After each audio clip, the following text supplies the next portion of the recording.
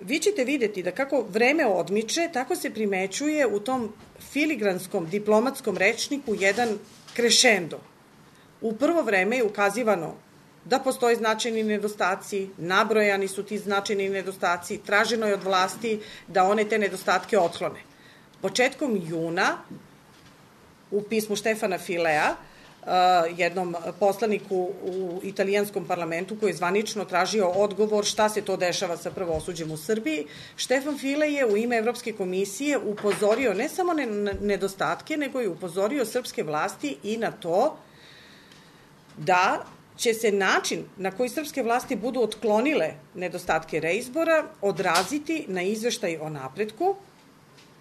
i da će se odraziti na eventualnu ocenu srpske kandidature za pristup Evropskoj uniji. Međutim, kako umeđu vremenu nismo imali nikakvih dokaza da se nešto stvarno suštinski menja u tom pogledu, da se problemi zaista i otklanjaju, onda smo sada sredinom avgusta, krajem jula i sredinom avgusta, u stvari dobili pismo, vi ćete vidjeti ovo pismo koje mi vama pokazujemo, koje još jednom ponavlja sve to, ali ovog puta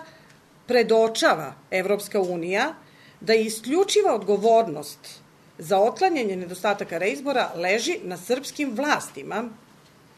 i Evropska unija ovde najavljuje da će izveštaj o napretku,